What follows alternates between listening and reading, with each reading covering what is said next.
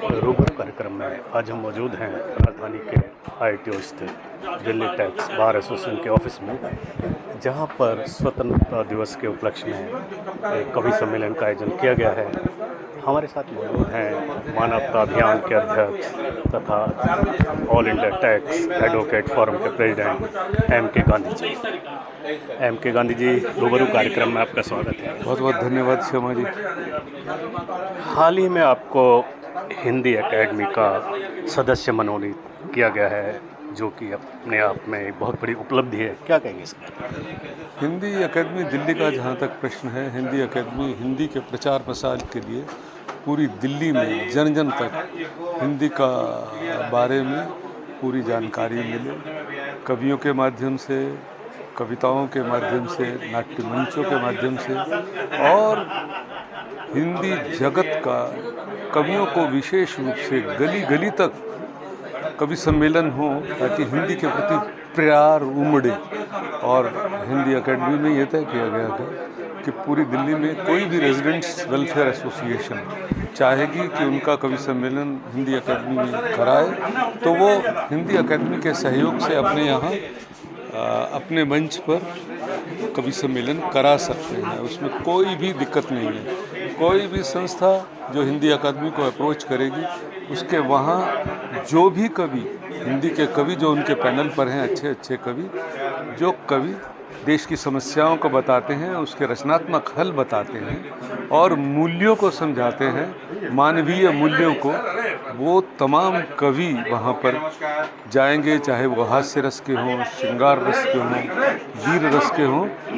ऐसा उन्होंने प्रबंध किया है। इसके साथ साथ निबंध प्रतियोगिता बच्चों के लिए और भी काफ़ी सारी प्रतियोगिताओं के लिए उन्होंने विभिन्न इनाम, पारितोषिक रखे हैं जन जन के लिए। इसके अलावा वो व्यक्ति जो पुस्तकें लिखेगा हिंदी में, हिंदी साहित्य पर, वो उसकी भी हिंदी एकेडमी मदद करेगी।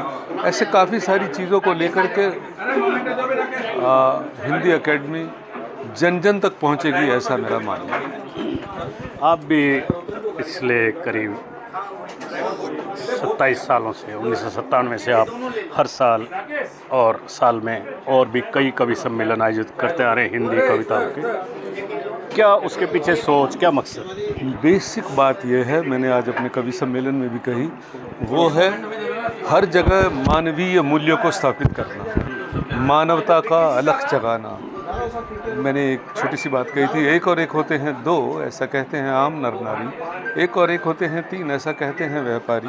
एक और एक होते हैं 11, ऐसा कहते हैं सिद्धहस्त। एक और एक होते हैं एक, ऐसा कहते हैं इश्क परस्त।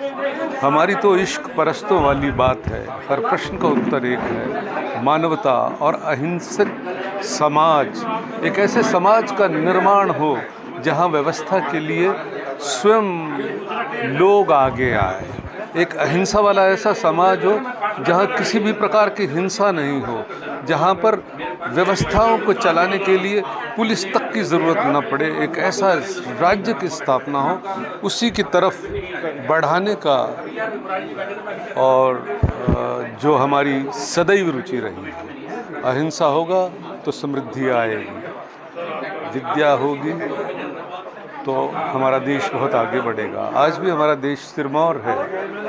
आप देखेंगे जो ऐसे काम जो IT के हैं, हमारे बच्चे बहुत आगे बढ़ रहे हैं, क्योंकि हमारे माता पिता बच्चों के साथ लगे रहते हैं, जुड़े रहते हैं। उसी में ही हमारे देश का विकास है। हमारा देश तभी सोने की चिड़िया बढ़ सकता है, और उसमें क्या है, समन्वय की ज़रूरत है।